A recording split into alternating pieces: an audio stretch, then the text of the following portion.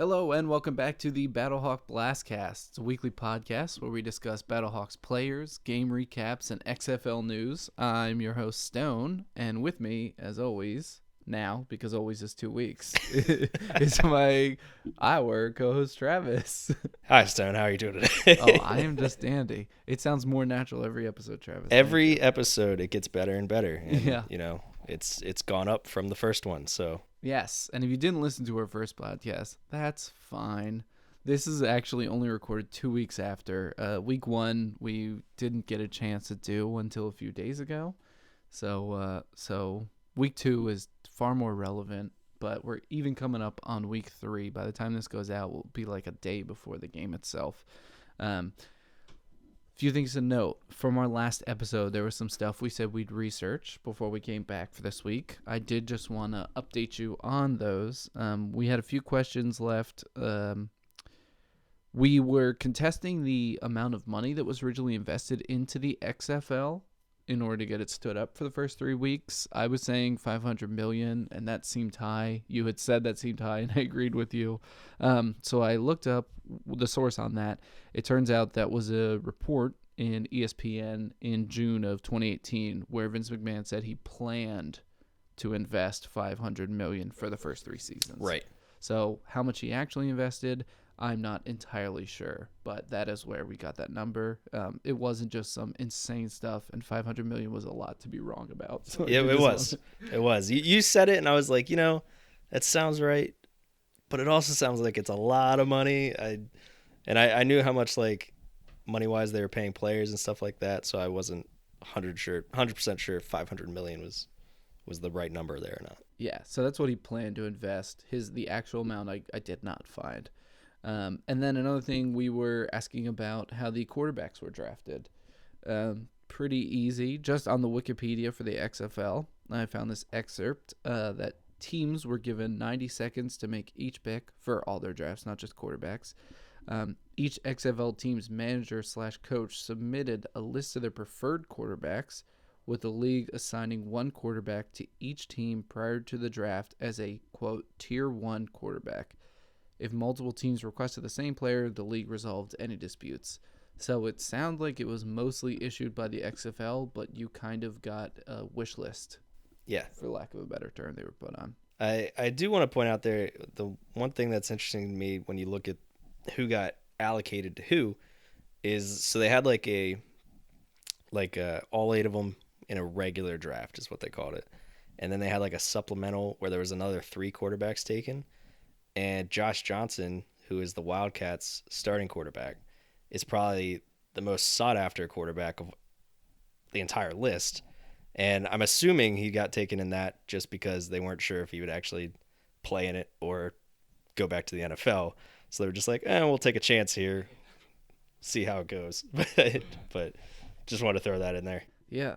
No, that's good. That's good information. So, yeah, those were corrections from last week. And then just another side note, we are still kind of getting everything set up in here. The room isn't final. It might be a little echoey. Our audio quality might be a little inconsistent, but we're trying to have it ironed out for week 3.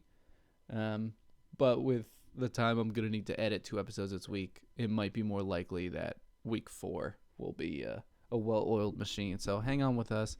It's going to get a lot better. I'm currently hiding behind a screen, separating Travis and myself, and we have some jank cords rolling all over the place. But believe it or not, Vince McMahon, that $500 million he invested was not at all to us. So we saw 0 pennies. Yes. But in fact, I've invested in a league.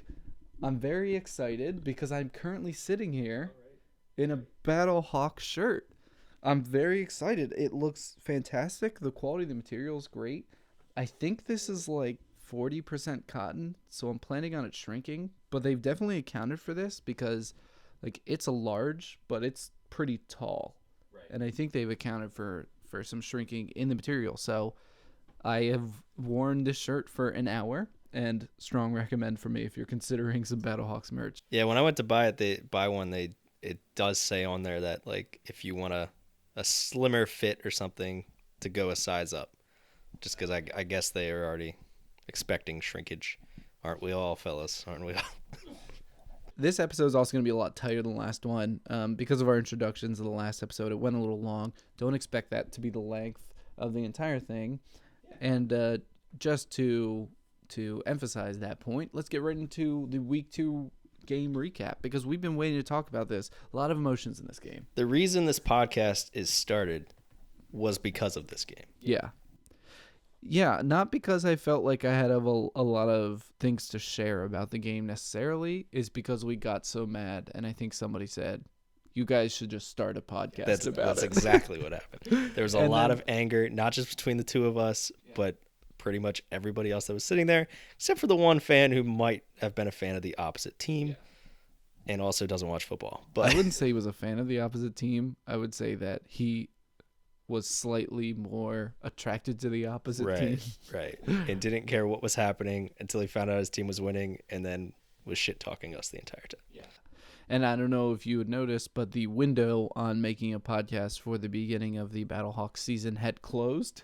So we tried to break it open by throwing a small rock into it and making no splash. Yes. So that's why we're here now. Anyway, game recap. This is the St. Louis BattleHawks versus the Houston Roughnecks, played in Houston. So BattleHawks are getting their second consecutive away game. Travis, anything stand out to you in the first quarter? First quarter? Well, so basically what happened in the first quarter, there was a little bit of scoring. The Houston started the game off with a pretty decent drive. Again, we saw St. Louis's bend, don't break defense come into play here. One thing I did notice throughout this entire game, and it also was very prevalent in the first game, is we don't do a great job of covering kickoffs. No. It seems like every drive is starting at like the 35, 40-yard line, no matter like if we kick a touchback or not, you know? Yeah, the first note I have, because I take notes when I'm watching these games. The very first note I have is game opens with a Roughnecks kickoff return to the 40. Yeah. Which is not like the way the kickoff is set up now. I mean, I'm not telling you anything new. That line, once you break it, you're home free. Yeah. We haven't seen it yet, but I've watched so far. I've watched every game in the XFL, all 8 games. You know, big amount. Yeah. And honestly, like the kickoff's fun just because, like, in the NFL, you're actually seeing somebody return it like once every, like, this is a rough estimate, but once every like 6-7 times. Like, is a return actually happening? Otherwise, it's just going into the back of the end zone, and that's touchback. In this, there's barely, like, I think it's that exact ratio, but for touchbacks. So pretty much everything's getting returned, and from watching every game, like you just said, if you break past the lines, there's a lot of open room, but just a lot of the time you don't. And somehow when the BattleHawks play, that's just one thing I think they need to work on, is a lot of the times it seems like the returners are getting to that second level and getting an extra 15 yards that they probably shouldn't, but that's just my opinion. Yeah, another thing, the commentary had pointed out, and I'm pretty sure it was Greg Olson that pointed this out because it's a tight end centric fact, but Houston has no tight end. Yeah, that was interesting. I didn't catch that until he points it out again later in the game, when they're trying to make like a goal line run for a touchdown, and he pointed out that he's like, well, when you don't have tight ends, this is what happens. Like you don't get that kind of extra leverage. Yeah, they put out 2 wide receivers as blockers at the end of the line. And I thought that was interesting that they just don't employ a tight end. I don't really know why. Yeah, it's a weird thing to strive for in your roster and then to continue to do. I understand maybe the talent's not all there. Maybe they wanted more wide receiver depth, though there's, what's the best way to get it? I'm not sure what the thought process behind it is. It's just interesting to see how, when you get in the NFL, a lot of teams are moving to more tight end systems, where it's like not only do they want one good tight end, they want 2 good tight ends. Like the Patriots had that for years, with Gronk and Aaron Hernandez at that time, but didn't want to drop Aaron Hernandez in the second episode of this podcast, but whatever. But yeah, like that's a lot of teams have been doing that over the past few years, and it's interesting to see them just not. It's not that they don't use one; they don't have one. Yeah. So that's kind of weird. Yeah, and I was thinking, from what I saw in week 1, it seems like Houston spreads the ball out to a lot of receivers, so that served them well. And then I glanced at the stats here for week 1, and it looks like the BattleHawks targeted 9 different receivers, whereas even with no tight ends, the Roughnecks still hit 8 different receivers. Yeah. So the BattleHawks you saw last episode, we talked about that I think 10 different receivers were targeted, with like 8 or 9 of them making catches. Yeah. So they definitely spread out the ball. But yeah, the Roughnecks as well. They do the same thing. That Cam Phillips though, he's their one wide receiver. He had a hell of a game. Oh yeah, he was a big deal for sure. Yeah, they went to him a lot, and especially in the end zone. Cam Phillips played in the NFL too. Yeah, he was there for a little bit. Yeah, I forget what team they said he had played for. I don't know it off the top of my head, but yeah, he was. What's interesting to see is that their bigger named wide receiver is that Sammy Coates, who used to be in Pittsburgh, I believe. Yeah. And he had dropped out of that league, no pun intended, because he dropped a lot of passes. And then he goes into this in the XFL, and the first 2 weeks, I've seen him do nothing but drop passes. Yeah. And his biggest play in this game came in this first quarter. Oh, yeah. I'm reading the note right now. On the first drive, he has a touchdown catch in the end zone, which for some reason they actually called incomplete when it was clear that he actually caught it. But he actually stepped out of bounds at like the 3 or 4 yard line before he caught the ball. So it was a penalty. That's with 12:17 left in the first. Coates steps out of bounds and gets an illegal touchdown, so they roll back the touchdown. Yeah. Sorry, an illegal touching. Not an illegal yeah. touchdown. But I guess technically that would be an illegal touchdown. Either way, not allowed to. So they ended up settling for a field goal on that drive. Mm-hmm. Well, before that, even I have a few notes. I know last week we were talking about there being some bad tackling in the secondary. Yep. Highlighted very, very strongly in this game. Yep. I think kind of the bullet points of this game is like learn how to tackle. Yeah, it was something I think when we watched the first game initially, we didn't necessarily take notice to it, but in the second one, it was very obvious. Painfully. Yeah. Yeah, I have written here, and I was tracking it. Again, this wasn't my 100% attention, so I could have missed one.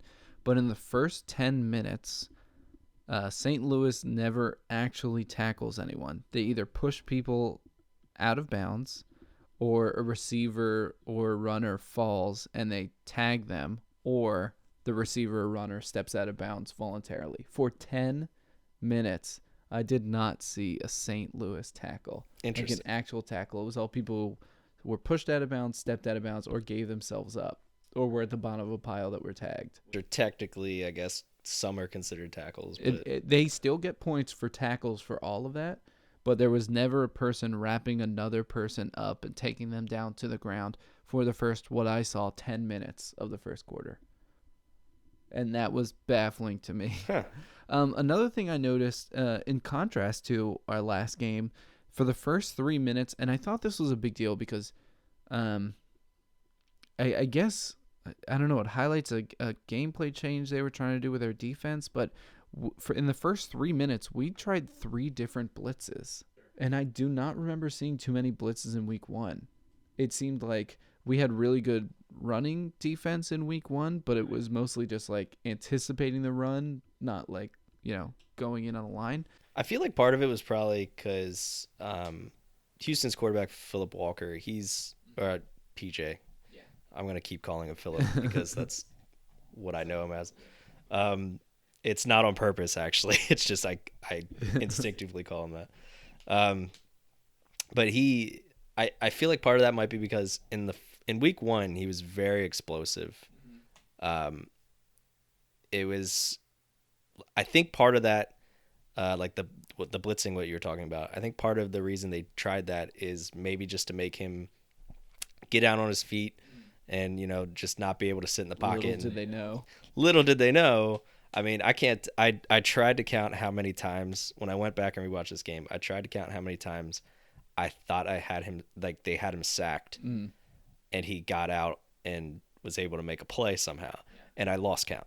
I got monumental, like really big deal plays like that. I got three like game changing big like escapes that he had.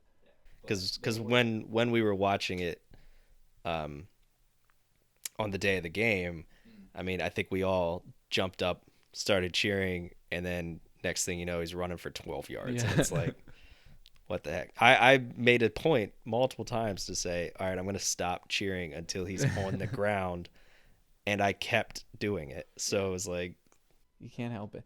And part of that, I'd say the majority of that is his skill. He's a really excellent quarterback from what we're saying. I said it last week. I do say it again this week. So far, I think he's the best talent in the league at quarterback, again, based only on 2 games. Yeah, no, he's had a really good first 2 games. And it's in a league where you want great quarterback play. I mean, that's what there is in the NFL. Like, what's exciting is the good quarterback play and high scoring and all that. Like, that's what's going to take this league is good, good team. Like, yeah, good defense is one thing, but everybody loves some high scores every now and then. And when you have a quarterback like him, that's just exciting to watch, and he's putting up numbers. It's like, at one point I coined him during the game as the XFL Michael Vick. And that has nothing to do with other than the fact that he was just running away from people left and right and breaking tackles and then still having 20-yard plays out of nowhere. Well, yeah. Throws, I should say. I'm looking at the stats here. You might be surprised that he only ran for 27 yards in total, whereas Ta'amu, 32. Yeah. He only had 4 rushing attempts, whereas Ta'amu had 8. But, yeah, it was a lot of breaking the tackle. It was most of his runs were starting from way behind the line of scrimmage, too. So, that 27 yards doesn't account for the 10 yards back he already was, dodging 2 tackles. Right. Well, that's the thing is you look at the stats. He had 27 yards rushing, and he only had 170 yards passing. Yeah. So it's like you look at those and go, oh, that's not too impressive. But the amount of plays that he should have been sacked for 6 yards, or they lost 5, they lost 8, and then he got out of that and at least just made like a 4-yard completion or something. I mean, that just helps your team tremendously. And that's what it felt like. Like, that's why when I say, like, oh, he had a ton of yards, it's because, like, yeah, it felt like that. He was running around for 40 yards in the backfield and then throwing, like, a 5-yard pass. And that's why it seemed like he was everywhere. And it's a momentum change, too. Like, that uplifts your team so much when you're dominant. Like, that's just as important as the stats that are going up on the board. So, anyway, 11 minutes left in the first quarter. First points on the board. Houston gets a 44-yard field goal. We've seen some decent length field goals already in the first 2 weeks. Like, I've seen a lot of them at 40 as like pretty much the standard. Yeah, there's been some pretty decent kicking for field goals, obviously. Which is funny to say in a league that tried to eliminate kicking as much as possible. Right. They only want him kicking field goals, which is interesting. And then you unironically said the phrase, there's been some really good kicking. Some really good kicking. I don't have the stats in front of me, but from watching all 8 games, like I can't think of too many games that the guys missed one. Okay, and then right after this field goal, the BattleHawks start taking the field, and the commentary pointed out that the BattleHawks ran 59% of the time in week 1, which actually was the highest in the XFL for that. Sorry, I had the hiccups for that week. Yeah, they actually pointed out that Chuck Long, the offensive coordinator, he had made a comment that he wanted to basically be as 50-50 as possible with passes and runs. And although that's not attainable for whatever, like, different reasonings, I mean, 59%. Like I said, they have the best rushing. Through 2 weeks, they have the best rushing team in the XFL. Yeah. So that just shows you that it's definitely a thing that they're trying to pinpoint it. They know it's one of the strengths of their offense, and that's what they're going for. Yeah, and they're spreading it around to all their backs. There's no like one workhorse that's doing everything. Like in this game, I think Michael got more touches than Jones. I want to say maybe he did. It's look at the stats right now: 16 attempts for Jones, 15 attempts for Michael. So it was dead on between two starting backs. And 2 receptions for Michael, 1 for Jones. Yeah. So they both had 17 touches. Yeah. Yeah, so it's crazy. Yeah, I did see also that he was trying to do it 50-50.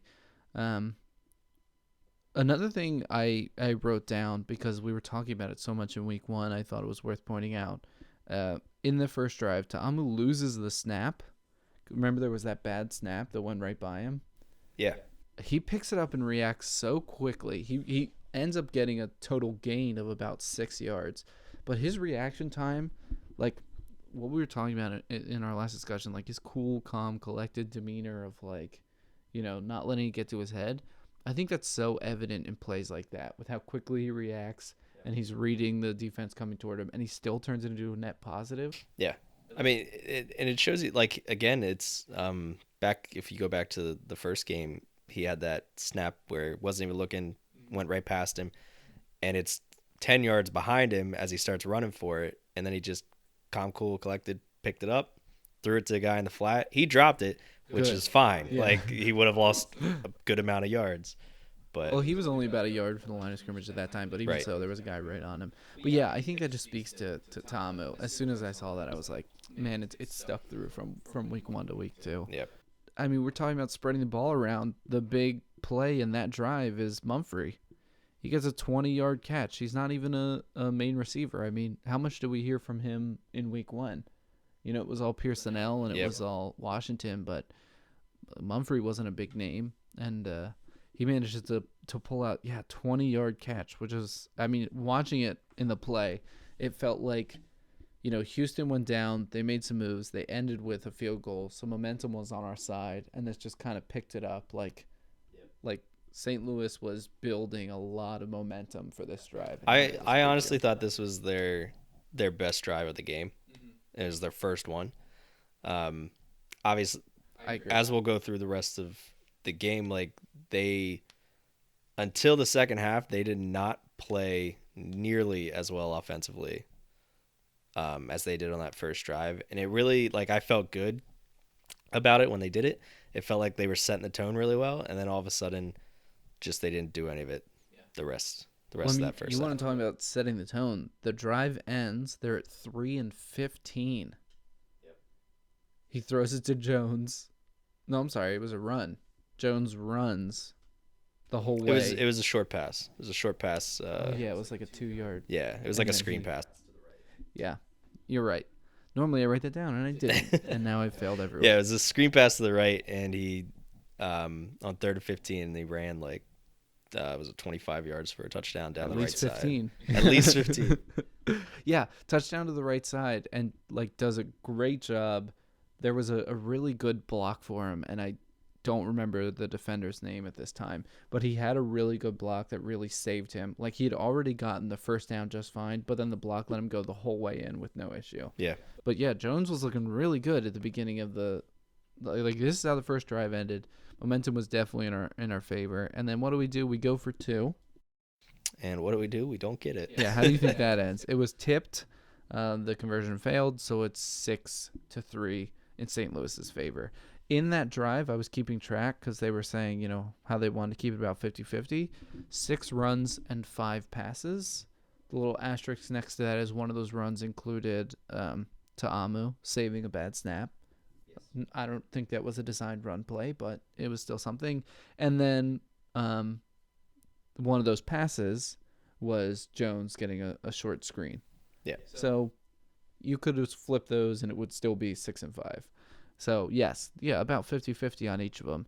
And I did, because I was in my head, it feels like they just run so much. But then you look at Ta'amu's stats, and it's, his completion percentage. He was like 20 for 27 last time. I'm like, when did they throw 27 times? Because it doesn't feel like they did. Yeah, they do a lot of screen passes. Mm-hmm. especially in long yardage situations that I've noticed. Yeah. And it almost seems like one of those where it's just like it is a screen, but like Tamu starts running just backwards and then just like, oh, here you go.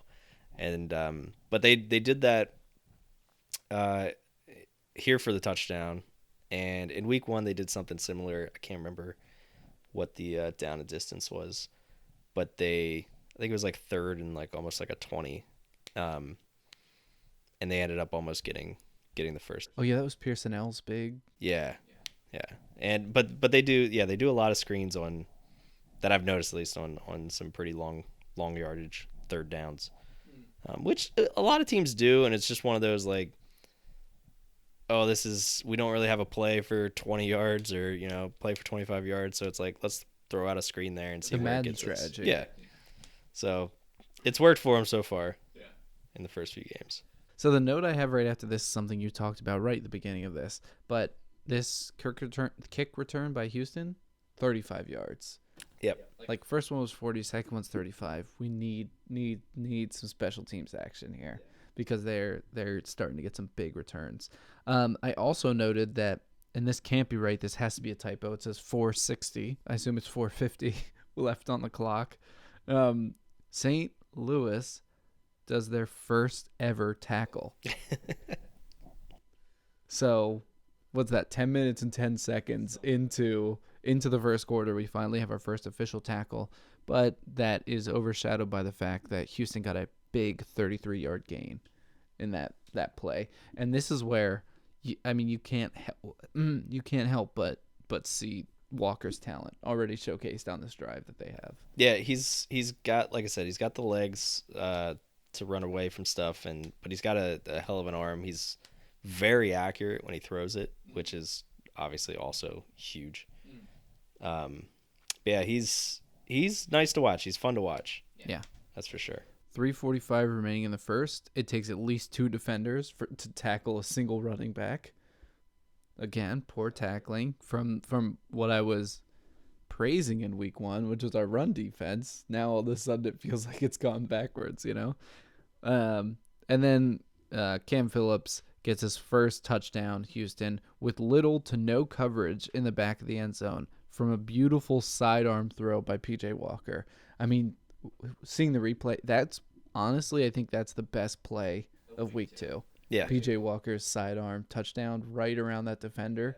And it was nice. He hits Phillips in the back of the end zone. And, I mean, the obvious thing throughout this game is that there's a mismatch between Phillips and whoever is covering him. Because all of these touchdowns that he gets, he's in little to no coverage. In fact, this touchdown of the 3 he gets in this game probably has the most coverage on him. Like in the other ones, he's he's blown his coverage completely. The other ones, he's in the back of the end zone with a guy at like 5-10 yards away from him. Yeah. He had a really good game, 3 touchdowns, 8 catches, 63 yards. He was clearly Walker's favorite target of the day, especially down there near the end zone. Yeah, but just on these brief things, when I was noting his coverage, I can see why it was his favorite target. There was clearly nobody to cover. It was a very Josh Norman situation. Good old Josh Norman. Yeah. So Houston goes for 2. They fail. It's 6-9, Houston's favor. Then on St. Louis's drive, guess who comes out? Fitzgerald. Guess what happens when he comes out? It's a running play. Yeah, we talked about in the first episode. I'm not completely sure why they do this, other than to give a different look. But to switch Ta'amu and in with him just to run an option that I've never actually seen Fitzgerald run with. So like it's one of those. Okay, is this actually an option, or is this you're just handing the ball off? I remember the Eagles did this a few years ago when Chip Kelly was still the head coach. That explains it already. Right. They would run a lot of fake run pass options, which were just actually designed runs, and they were portrayed as run pass options, and they weren't. And so like doing something like this doesn't make much sense to me, especially later in the game. They do it near the end zone on like a first down. and I just didn't quite understand it. I have notes every time Fitzgerald's on the field. I will let you know now. I know during that one in particular, I was referencing like Greg Olson even says like, I'm not sure why they do this, especially with Tom who's running ability. Yes. But I don't know. And I will buy 100% that Fitzgerald is a better runner. We just haven't seen him have the opportunity to do that. He hasn't actually ran. Well, he gets 2 runs in this. Does he? Of the 4 times I believe it is that I took notes, but of the 4 times he comes out, I think he does 2 runs himself. He fakes out 2 runs and runs himself. But guess what? The defense knows what he's doing because every time Fitzgerald comes out, they run the ball. Like, I'd like to see this guy's arm. Yeah, that's the fun thing is like when Tom is on there, like they run the very similar types of plays, but then sometimes he pulls it back and just throws it, and it's very limited sample size, so like maybe that is a thing, and guys just aren't open. I don't know, but like he hasn't even hesitated. Like he's got to throw the ball. I don't see what niche Fitzgerald fills right now. Not sure that Tamu can't cover himself, especially after he showed how mobile he was in the first game, and already in this game, like I just said with that botched snap, he turned around from a deficit in yardage to a positive 6. And guess what? He had no options because the defense read it. They smelled him coming, Like, I don't understand pulling out Fitzgerald. I would like to legitimately see a post game or something with Hayes where he maybe explains what's going on there, or somebody, it's like when the Colts ran that awful trick play where they tried to fake him out by going to the sidelines. First of all, but then when you hear it explained, you're like, oh, okay, I get what they were doing. I'm very upset you brought that up. I know, but it's so silly. It's like, a terrible that's the play. Perfect example I think of, because when you watch that play, you're like, that is idiotic. What's happening? And then when you hear Pat McAfee explain it later, he's like, well, here's how it was supposed to work, and it's like, okay, I get it. Yeah. I don't remember who it was, but somebody ran that exact play this year in the NFL, except they did it correctly, and it still didn't work out from what I remember. But you're not supposed to line up under the center when it's just the center blocking, because like there's just no time to get away from the 3 people that are rushing you. But yeah, somebody did it appropriately in a game this year. I don't remember who it was. I just remember watching the game and be like, oh my god, I know this play. Yeah. This doesn't work out well.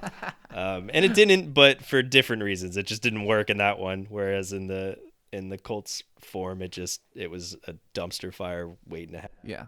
Well, that's what comes to mind every time I see Fitzgerald coming out. They just know what's going on. And I don't want to associate like some Pavlovian response now, where every time Fitzgerald comes out, like I know that this run's going to get creamed because everybody knows, that's why he's coming out. I'd like to actually see Fitzgerald's skills on display, but right now I'm complete confidence to Amu. I will eventually want to see Fitzgerald, but not right now, I'd agree. He's mobile, he's got an arm, yeah, what niche is he filling? I don't know. Anyway, that drive, immediate 3 and out. One thing I did like, though, there was a big play during Houston's next drive. There was a pass, and by the time the ball got to him, they were both on the ground. Yep. And fans are going crazy because they're looking for a call. The officials take time to specify. Like, they make an announcement to the stadium. There was no flag on this play because their shoes just got, they tripped up. Their shoes got tangled. And I was like, thank you. Thank you for once telling us that you acknowledge that happened. Well, not for once, but you know what I mean. Typically in the NFL, that doesn't always happen. Yeah, you don't always see it, and there's usually, it just leads to more confusion.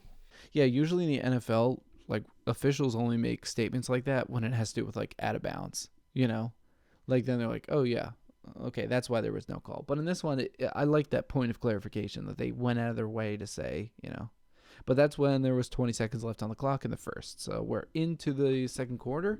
One other thing I did write down is there was only 1 penalty by each team in the first quarter. That was a big point of contention for week 1 for the BattleHawks, was that they were killing themselves on false starts and other penalties. And in the first quarter, only 1 team got 1. And the only reason that Houston got that penalty was for illegal touching because Philip Was it Phillip that stepped out of bounds? No, Sammy Coates. Coates, you're exactly correct. Yeah, had stepped out of bounds. So, nothing really becomes of that Houston drive. Comes back to St. Louis. Ta'amu gets sacked really badly. 13:20 left in the second. They go 3 and out. So really not much is happening. It's going back and forth. St. Louis then gets a sack. 12:53 remaining. So it gets turned over to Houston.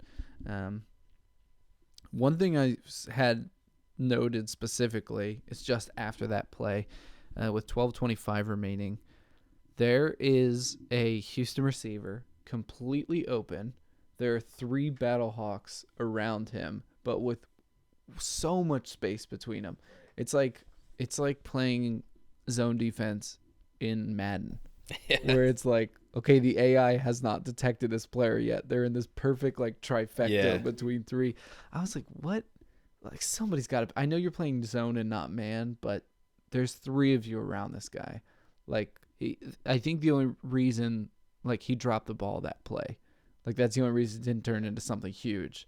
Yeah, because that was near the start of the drive, right? That was like, it's a few plays in.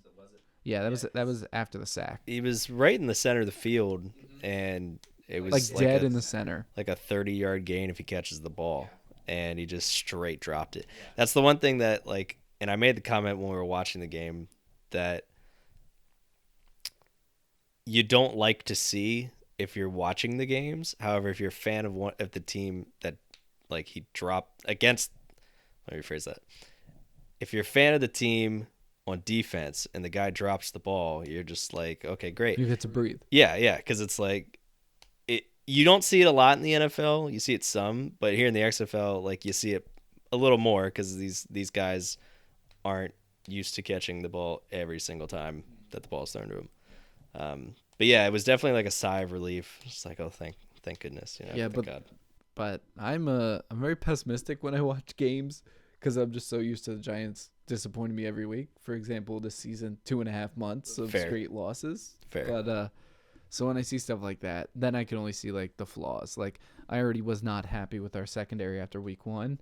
Now we're watching it again, and the pass is still like it hasn't gotten better. Nah, it's and the tackling was already awful. Like so now in my head, I'm like, oh, the ball's in the air. I guess they're gonna catch this one. Like that's always how it happens. Yeah, from that's that point on. Yeah. I mean, we're pretty identical feeling. The secondary is not the greatest through the first 2 weeks.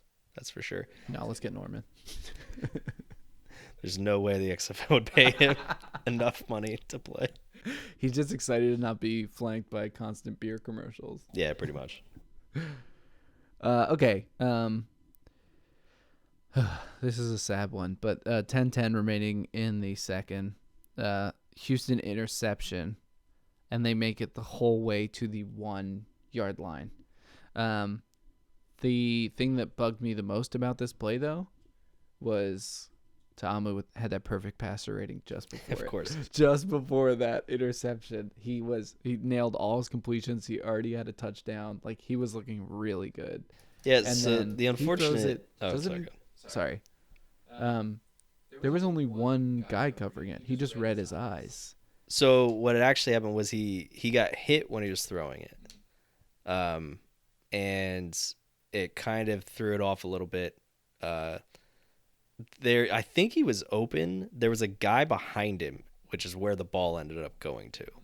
And that's how he got picked off. The part that irritated me more, and he ends up throwing 2 interceptions in this game. We'll get to the other one later, but both of the interceptions he threw got returned inside the 10-yard line. Mm-hmm. Yeah. So they couldn't bring the guy down that did pick it off. Yeah. And of course, and then both of them ended up in resulting touchdowns. So not only did you turn the ball over, but you also essentially just gave them touchdowns. You were almost better off just letting them walk in the end zone. Yeah. Because, like you said, this one was returned to the 1. It was returned to the 1. So that was at 10-10 remaining. At 9:52 remaining, they get a 1-yard touchdown. Butler runs. They go for a 2-point conversion. Well, I guess it's not a 2-point conversion necessarily in this. I think they consider 2 extra points. They consider it still a conversion. Yeah. Pass to Lewis is completed, but what I really like is remember this is the one that the officials reviewed for a little bit. Right. They didn't think he made it, then they did think he made it, then they called it that he made it, and I was furious when we were watching We all because were, yeah. it looked pretty obvious that his knee was down before the ball broke the plane. But during the commercial break, they overturned it, which is great that they continued to review it because it was some BS if they had let it go through. And I say that knowing that I'm completely biased, but So I don't recall. I remember us all being pretty heated that they called it, that it was successful, and I don't recall it coming back and then telling, even though they did. But we were so heated, so I don't even recall us ever pointing out the fact that they didn't give it. no, it wasn't until they were a little more into the next drive that I was like, why does it still say Houston has 15? Gotcha. But we never got an answer because we didn't hear them say it. We were still irritated about it. So we were still heated, but I just thought there was an issue with the scoreboard and then completely forgot about it. But yes, this takes to 6-15 Houston's favor. So some point during the commentary for this drive, they do say that they start interviewing Coach Hayes, and his biggest thing is like, we need to establish the run. Establish the run is like, and then Greg Olson's like, hey, I know you don't have much time. And so he gives him like a multiple choice question with 4 of the world's longest options. But during that, he was pretty much saying like, we need to establish the run. So I start looking out more and more for the run game in this particular game because I know that that's their focus on offense. I will say, last episode we said about, well, we were talking about how you and everybody else thinks that he doesn't have any emotion, Coach Hayes. Mm-hmm. At some point during this game, and I don't remember if it was before or after this, I did recall, because I didn't make a note of it, I did recall that they went to cut to Chuck Long's mic. I know what you're saying. And instead cut to his for a split second, and he dropped 2 F-bombs yelling at somebody. At Lucas. Yeah. And then they immediately like dropped the audio and then cut to Chuck Long. Yeah. They have, I don't know why. It was only in week 1 it happened once, and in week 2 during that time. But I've only seen him yell at Lucas. Like the tight end. Like I've only seen him yell at him. So I don't know if he messes with the coach or what goes on. But yeah, I've not seen any emotions except the 2 times he was yelling at tight ends. And obviously that's, I mean, there's definitely more that you're just not seeing. Yeah, for sure. But it is funny to note that both times you've seen him yell at somebody, it's been the tight end. Yeah. Another thing I noted, from 8 to 7 minutes remaining in the second, 3 consecutive first downs on 3 back-to-back plays. Did you notice that? I did. That was really good. Like the momentum's back up. It's like, I mean, he said that's kind of his philosophy. Like the last play's the last play, but it really is like they just let whatever just happened. Like Tomu just lets it roll off his back, and he's back in like it didn't happen. 2 of them were big passes, and 1 of them was a big run. But yeah, 3 consecutive plays, 3 first downs. This drive was moving pretty well.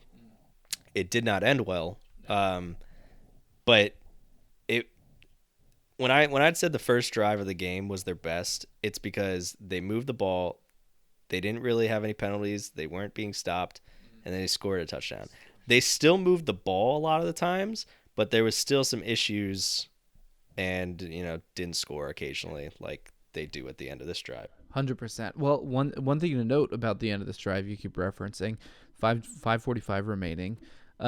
This is the first ever time in the XFL that St. Louis has gone for a fourth down. Right. They have not attempted it before. Just to clarify, just St. Louis. And then I say failed with a run, parentheses, clearly not yet established. They went, it was very confusing. It was a 4th and 2, and they went with this like power run to the left side, which was very obvious and clear because the entire offensive line and tight ends and everything were shifted that way. Yeah. And I just would have, like, it's a fine call, obviously, if they make it, but he got stuffed for like a yard, like minus a yard. Yeah. And I think Greg Olson had said at the point in this commentary that he just would have liked to see something else as far as like maybe a play action. And I totally agree. Like just something that it's like, okay, and if you look at the defense at the start of this drive, or sorry, at the start of this play, they're entirely overloaded on the one side. I'm not sure why they didn't option out of it, or audible out of it, but I don't know. I know at the time we were all very furious about it, and it just didn't make any sense to me. They were at what was it, the third, like Houston's 30. So it's like they also possibly could have kicked a field goal. Yeah. But instead they went with this play, and it was a little aggravating just cuz I just wasn't completely with it.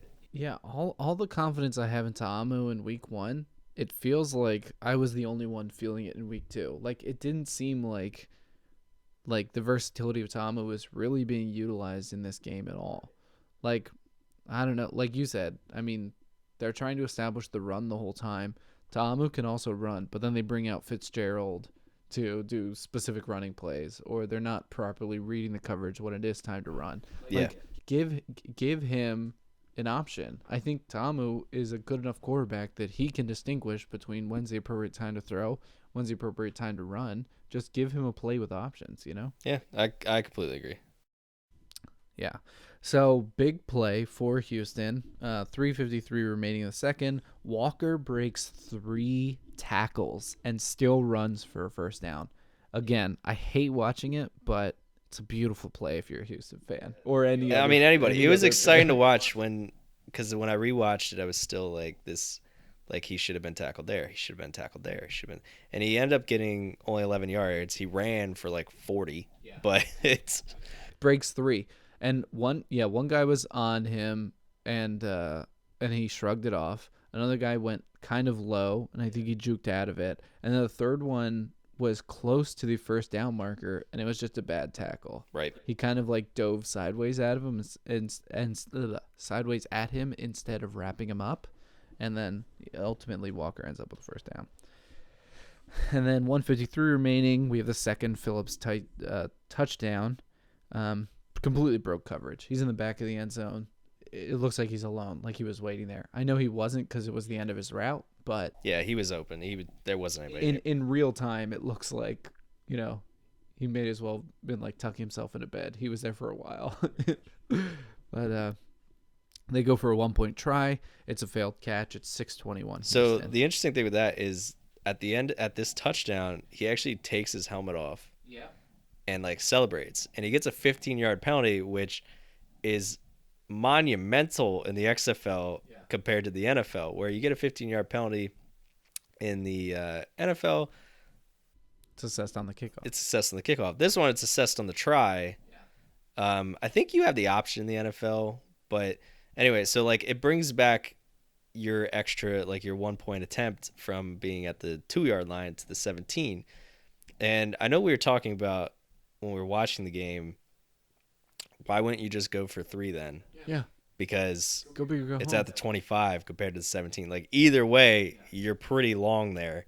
Everybody knows you're going to throw it. Right. Just throw it. Why not go from the 25? Yeah.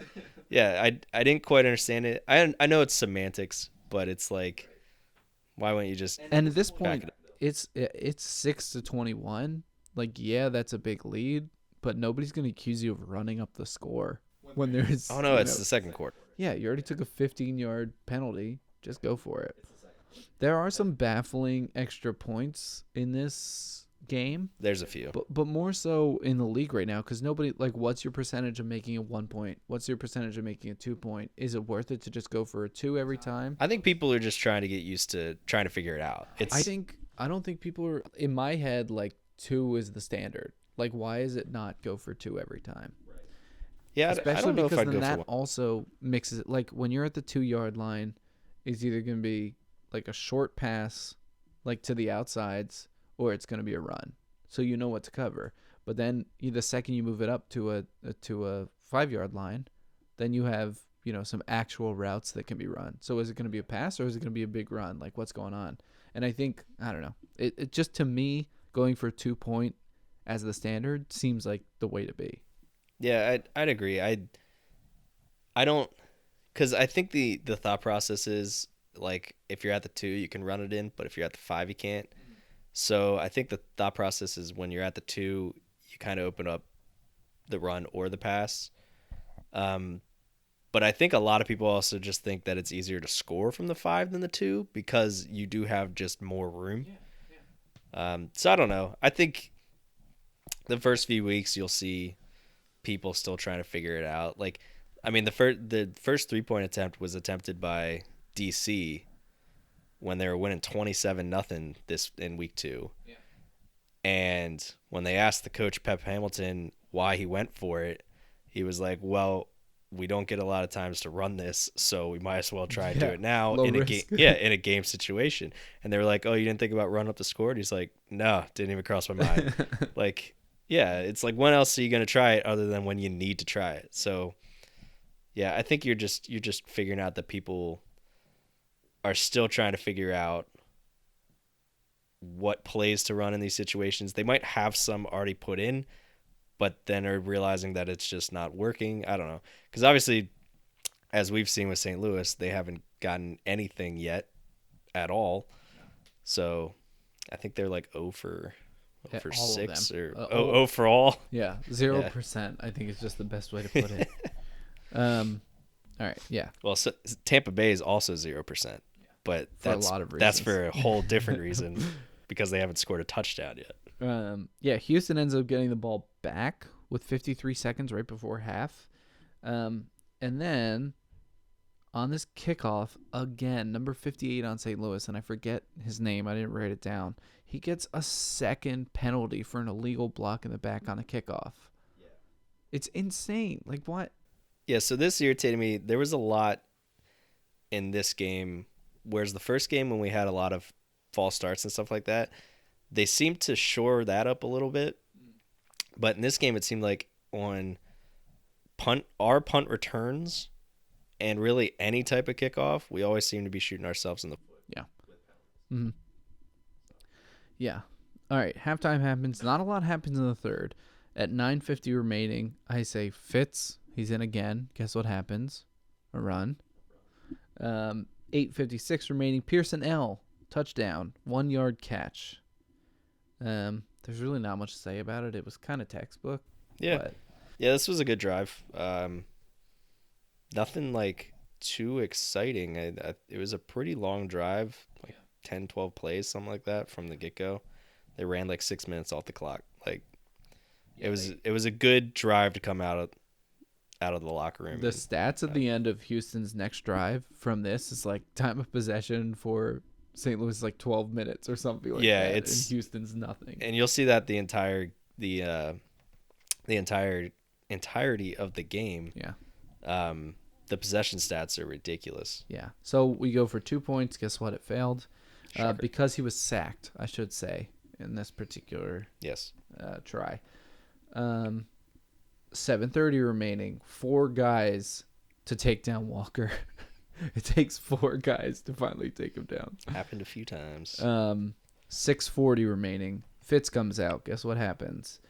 5:15 remaining in the third, and this is probably me not paying as much attention to the game as I should have been before I wrote this, but this is really the first like truly overthrown pass we see. Like, not a bad route that was run, not from the necessity of coverage. Like, this is the first pass we've seen from Ta'amu where I'm like, oh yeah, that was overthrown. Yeah. Like, everything else is pretty accurate. I think he's a really accurate quarterback, and it could be, again, is he only taking these, sure thing routes for the most part? Because his completions are always way up there. Yeah, but he doesn't throw it deep very often. He really doesn't. That's a good point too. Yeah, and I think that when we talk about completion percentage, that obviously helps. He takes the sure thing more times than not. He doesn't throw it up a lot. Yeah, which I will say now before we get to a certain point in the game. Yeah. but yeah, he doesn't take a lot of chances. No, but yeah, this is the first one I saw where I was like, oh, that was overthrown. Like, that's not as accurate as I was thinking he was. But I mean, that's the first and only time I specifically remember that being an issue. There is another time, but we'll talk about that. And then 4:15 remaining, we finally make a 4th down. This is the second 4th down we go for this game, and we are able to actually complete it. So 2 fourth down so far in the history of St. Louis BattleHawks, and we're 50% on fourth downs, which is a pretty good stat. The long history of the BattleHawks. Yeah. And then 1:30 remaining in the third. Ta'amu gets a touchdown run, showing off some of his versatility. Fantastic job. They go for a 1 point, failed run. Go figure. It's now 18-21 in Houston's favor. So we have to talk about 10:46 left in the fourth. What happens here, Travis? Do you know? Well, there's a lot that happens here, stuff. So I've watched this play as have I numerous times, right? And my opinion was one way at the beginning, and it's completely different now. Well, now I'm interested. But not like, well, let's just get to it. So what happens here is, St. Louis got the ball back, and they're driving. It's like I said, it's 21-18, and they're at about midfield, about the 50 or so, and it's a 2nd and 14, because they had a penalty, I believe, of some sort, or they went backwards, however it was. And Ta'amu's in shotgun formation, and one of the linebackers appears to jump offside. Safety. I think he Was pulls. Somebody from the secondary pulls up like a blitz. Well, he appears to jump offside right as St. Louis is snapping the ball. And Ta'amu, assuming it's a free play, right, just like every single one of us was in the room. You see this in the NFL constantly, really anywhere. Somebody jumps off sides, doesn't get back in time. Quarterback knows, all right, I'm going to take a chance here. Yeah. So Ta'amu throws it up down the right side, gets picked off. To Lucas, the tight end. Yep. Gets picked off, and it's ran back to the 1. Or, I'm sorry, not to the 1.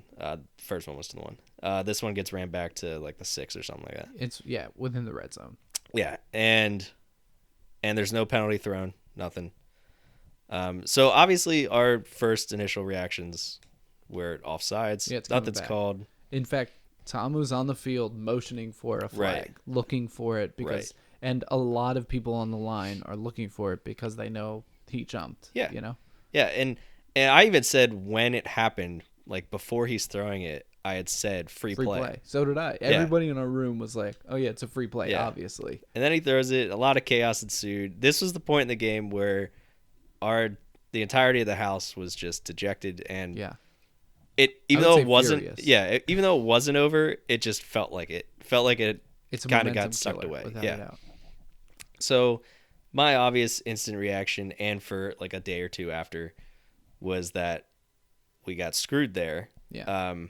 I know there was some people. Why don't they review plays? Because XFL reviews every play, apparently, you know. So here's my thing: is even though they do review the plays, they review every play. Right. It's still a no call and a penalty, which they wouldn't change whatsoever. Right. No, I'm saying like that was the thought process. Right. That was the thought process. Yeah. And so they wouldn't change it anyway. So that's not even the issue.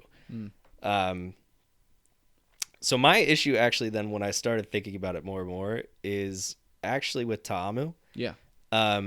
So although it is a free play, and you see this all the time, people just throw up Hail Marys and see what happens. He throws this ball about 10 yards down the field, 10, 15 yards, into double coverage. Yeah. And he throws it short of his receiver. So I'm going to defend this. I mean, you can, sure.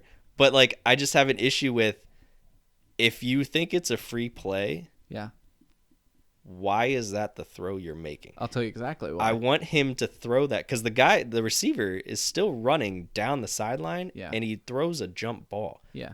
I wanted him to throw it deeper. Lead him. Yeah. Yes. And instead he threw it short. He threw a jump ball short, ends up getting picked off by the cornerback who was already in front of that man. And then there's a safety hovering that is making a beeline straight to the ball. Yeah. That actually would have picked it off if the cornerback did not. Yeah.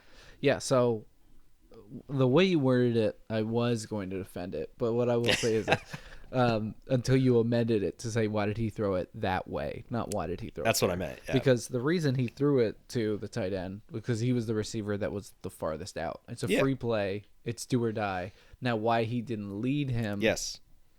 I agree with you. I don't in that hate aspect. who he's throwing it to. I hate the throw itself. I'll summarize my thoughts on this. Then you chime in. However, first of all, it's bad officiating. It's blatantly obvious that was offsides. Very clear miscall. Especially because that guy started in the secondary and was running up to the line before it happened. Ta'amu clocked him a while ago. I don't know why the officials didn't see it as well. Now, on Ta'amu's side, he does think it's a free play. I completely understand how he thinks that. But he is an experienced college quarterback, but the rules are still the same with offsides, you know? Right. So I think he should also know to anticipate a flag coming out. And if he doesn't see it, treat it as though a flag didn't come out. Yeah. You know? I understand in his head, probably, it happened quickly, you know? This guy jumps off. It's an obvious play in my head. He's not scanning the field for a flag, but you think you'd see yellow in your peripheral. Maybe he assumed it was sent out. And in his head, all he's thinking of is who's out the farthest and where can I put it? Right. He underthrows it. Or he doesn't underthrow it. He puts it right on him in double coverage. Like that coverage was already there. It was a slight underthrow. I definitely would think he would lead him. Right. You know? But yeah, in summary, bad officiating, but also Ta'amu does not get away scot-free on this. He is experienced enough to know he should see the flag before he assumes it's a free play. Yep. Or at least hear a whistle. And, you know, if you are going to bomb it to somebody, you give him a lead, especially if you're double coverage. Yep. I mean, Lucas is a tall guy. He would have maybe been able to stretch for it. Or even like you said, I mean, you called it a jump ball, but really like it was already pretty low by the time it got to him. Yeah. Like it hit the receiver in the numbers. Right. It wasn't really like. And it's, well, that's what made me think like, is this a jump ball or not? Did he just underthrow it? But my thing is like, why are you throwing it there anyway? Like you just said, lead him. He already had the cornerback beat. Yeah. So it's like, then it's just the safety, and then you just lob one up there. And the safety has a pivot and turn around. Yeah. And, you know? No, I just didn't like any of it. Yeah. Why he didn't give him a lead on it, I'm not sure. Yeah. So, yeah, I'm still furious. I still think it was an awful call, and I still think it screwed them out of the game. Right. But Ta'amu doesn't come out of this smelling like a rose. No. But ultimately, I'm still salty about it. I still blame the officials on this one, and I'm standing by it, and I will ride or die with Ta'amu. My thing with like bad calls is they happen throughout the course of the game, no matter when they take place. Yeah. Right. So like the reason this one sucks even more is because of what did occur. Yeah. And yeah, it sucks, and I hate it. Should they have called it? I mean, there is an official that stands on the line and looks directly down it to see if anybody does this. Yes. And to miss it, it was very blatant. It was blatant. He's right next to the ball. And you know what I don't get? The commentators don't pick it up until after the fact. They're like, oh, we came back from commercial. We were reviewing that play, what Ta'amu was looking for. I'm like, what? So the interception happens. Spoiler alert, the Houston scores on like a couple of plays. Yes. Phillip gets another touchdown. Phillip's third. The coverage is nowhere. Right. Nowhere to be found. She already kind of touched on. Yeah. And so they score the touchdown. And they make the 1-point try with Walker. Yes. So the score is now 18-28, Houston's favor. So they score the touchdown on the play. So the interception happens. They score the touchdown after a couple of plays. Then they go to commercial break. Then they come back and go, oh, now this was like, how did somebody not see that I have no prior idea. to? Especially like this motion, it's two things, right? Yeah. It's one, where's my flag? Or two, feed me. Yeah. And he's not a receiver, so he's not saying feed me. Right. Like yeah, I don't know. I just didn't understand. Well, there was a lot of confusion in our watch party that we were just like, where's the flag? And why aren't we talking about the flag that should have been thrown? Yeah, and then the next play starts immediately, so it's not like there was any kind of review process. Another thing that really bugs me, and this might have been me paranoid when we were watching the game live, but there were some ball spots that were very heavily in Houston's favor before this even happened. Yeah, which was already aggravating me. It It wasn't blatant, but there was one where they clearly were like gave them a good yard that put them over for a first down. Right. I don't like criticizing officiating because, like I said, it goes both ways. No matter who, no matter what team you look at and go, oh no, my teams get screwed more. Yeah, unless you're the Saints. Unless you're the Saints, it goes both ways. But in this game, there was a lot, and I'm not just talking St. Louis as like St. Louis or Houston. There wasn't some great officiating either way you want to go. Yeah. Which I was slightly disappointed by. Now you bring up the Saints. I did want to comment. I saw somebody tweet about like complaining about the no call, right? And somebody tweeted them saying, "Stop complaining. We're not Saints fans." Yeah. Which then my reply was like, "But I'm sure some of us are Saints fans." And also, they got screwed. Right. They're like the Saints. If anybody also has a right to complain, it's like it's the Saints. The Saints biggest the biggest mishap that the Saints had in that playoff game is the reason they changed the rules that you could challenge pass interference. Yeah. And then they have somehow still gotten screwed from it. But whatever. Exact same situation. And it's like, you know what? If this no call had happened in like a make or break playoff game, it'd be Saints level. Yeah, to me. It'd be livid. This would be like I'm swearing off the XFL, and then it starts up next year, and I still watch. XFL is rigged. But in that off season, I'm swearing off the XFL, right? Right. Like that's the kind of like just insane call. But I mean, everybody talked about it this week. We're not giving a take that no one's heard yet, you know. No, like absolutely. And the funny thing is like the XFL had tweeted a picture of the interception or like a video of the interception, and every person, and it starts after the ball's in the air. Like it completely ignores the fact that somebody obviously stepped off, and it's like their foot was well over the line of scrimmage before that ball was snapped. Oh yeah, there's a picture on it. I mean, you could see right as the center is snapping the ball, the guy's foot is right past the line. Yeah. The center has to be staring at his laces before before that ball leaves his hands. But whatever. Okay, moving on to our next drive. We talked about they get a touchdown, they get an extra point. It's now 18-28 in Houston's favor. We go for it on fourth again with 3:28 remaining. This is now we convert. We're now 2 for 3 in our season on fourth down. 66% fourth down conversion. Yeah. I like those odds. I don't know why we just don't act like the 2-point conversions are fourth downs. Yeah. Because we do a hell of a lot better. I know. Well, that's because all our fourth downs are like 4th and 16. We should just go for the 3 points all the time because clearly that's when we play best. Go for 3 and ask, hey, can we move it back another 5 yards? Yeah, can we? Oh, man. Well, that would be the move. Like for as many yards as we add onto our, point conversion, if we get it, can we add that? Can we take those yards away from the opponent when they get the kick? Right. Just go for 3 and then always false start to get like an extra 5 yards back, or maybe throw in a second one because we also do that very well. We also false start at a tremendous rate. No, in this game, false starts are night and day. So we had that. So we had 2 on back-to-back plays. Yeah. But they were when we were on our 1 yard line. Right. I was going to say at the start of the drive that we had that interception.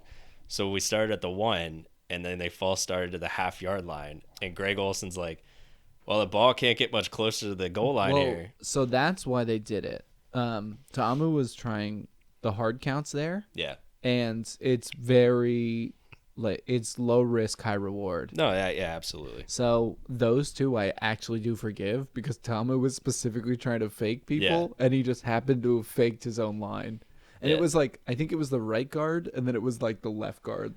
It didn't go across the line what the message was. Well, Greg Olson made an interesting commentary that they had lined up in like the same formation the first 2 plays that they false started.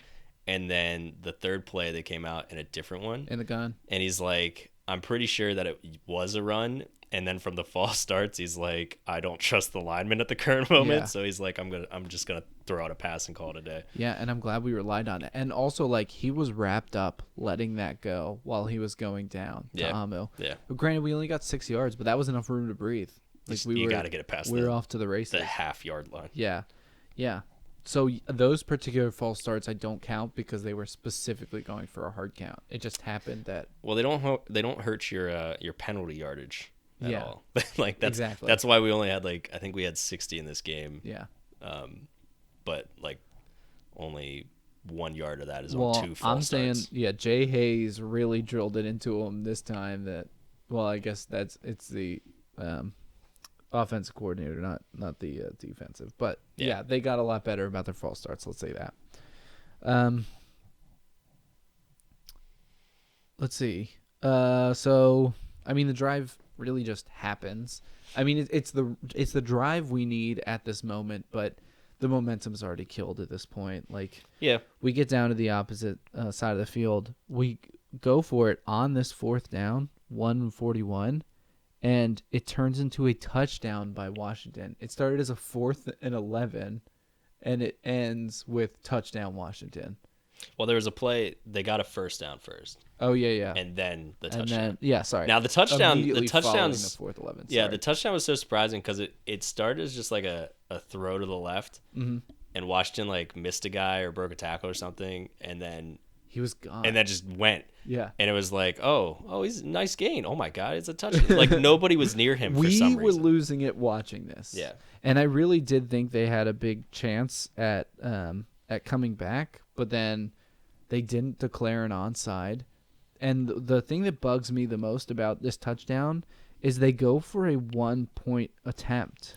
And this is the second time they only went for a 1-point attempt when they were at this much of a deficit, when it was make or break to come back. Yeah, I think the amount that you go for in this play, because at this point it's 28-24. Again, I think this has to do with they just don't quite understand when they have to go for what. Yeah. Because that's pretty obvious at this point. Not just St. Louis, anybody. You watch any of the games, they're not quite sure what to do. Yeah.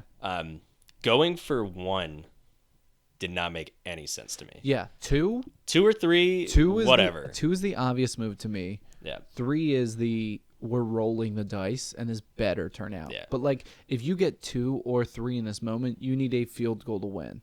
Yeah. If you get 1 in this moment, you need a field goal to tie or a touchdown to win. Yeah. So it makes no sense to me to go for 1 at all. I thought 2 was the right call as well. Yeah.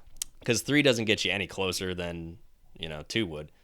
But 5 yards compared to 2 yards is not that big of a deal between 2 points or 1 point. Yeah. Now you get a 1. Well, then you're still down a field goal. It's like, well, you kick a field goal, you tie. Yeah. Whereas you get the 2, you kick a field goal, you win it. Now, you don't get either of those at all. Well, you still need a touchdown. Yeah. It didn't make much sense to me that you it's not like we're in the NFL where you're kicking an extra point that has a 99% chance of going in. Yeah. Compared to going for 2. Yeah. That has this is a real chance. risk. Yeah. The stats, and I don't have them in front of me, but the stats between 1 yard or 1 point conversions and 2 point conversions are the exact same percentage chance. Mm-hmm. Not for us, but because we're at 0. Well, that is the exact same. Well, I guess that's true. We, like I said, we need to just throw out and go for a 3 because it's the only one we haven't tried. It's not even going for a 3. It almost seems like a surrender. This is the second time this game that we only went for 1 when it was pretty make or break, I just mean we should go for 3 because it's 1 and 2 ain't working. Why don't we just go for a 3? yeah, for comedic purposes, but I'm dead serious about this. This made me so mad that it just seemed like it didn't make any sense. Just rolling over and showing your belly, let's go for 1. Why? Now I didn't mind that they went for they didn't do the onside kick because they had a timeout still they could use. Well, so they have a timeout, and the way the XFL 2-minute rules are set up is perfect for a situation to come back. Because they used their timeout, and I think Houston still had 1:30 left, and they still need a first down to run out the clock the way the system works. So like they gave up, I think, 2 first downs before it was finally like, okay, I don't think the time is on the side anymore. Yeah. So it's like onside kicks don't necessarily, unless there's like 40 seconds left and you have no timeouts, like then you need an onside kick. Yeah. But with like, what was it, 150 left? I don't hate that. And you still have a timeout. Yeah. I do wish though, that they would have brought back the AAF onside kick. Do you remember that? No, I didn't watch AAF. So in that one, instead of doing an onside kick, it was actually like if you decided you wanted to quote unquote onside kick it, you got a 4th and like 15 or 20 from like your own 30-yard line. And if you got it, you keep going with the drive. If you didn't, the other team got it wherever you ended. Oh, so you're not doing an onside kick. You're just, playing football. Yeah. So that's clever. I really liked that. Yeah. And I was kind of upset when I heard that they were just going to do a regular onside kick because I thought that would have been pretty neat to transfer over. Especially because they're trying to get rid of legs altogether. Right. This is just one more step. Football. Yeah. This is just one more step there. It is funny though that they're like, we're not going to do like extra points because we want to get rid of kicking. Yeah. But we want the kickoffs to be better. Yeah. So like we're going to make these rules to make kicking better. Yeah. Yeah. It's an odd thing. Because onside kicks are also just like the success rate of onside kicks are so low. Right. It's crazy. And the way the NFL does them now, you have to like, or I might be combining rules here actually. The XFL, because you have to like announce that you're onside kicking it, like you have to line up for it. Yeah, like you can't do a trick. I feel like that was a thing the NFL put into, or you have to. I think with the NFL now, I could be totally botching this. We'll have to look this up afterwards. Mm-hmm. But I think the rules for the NFL is you can't overload one side or the other.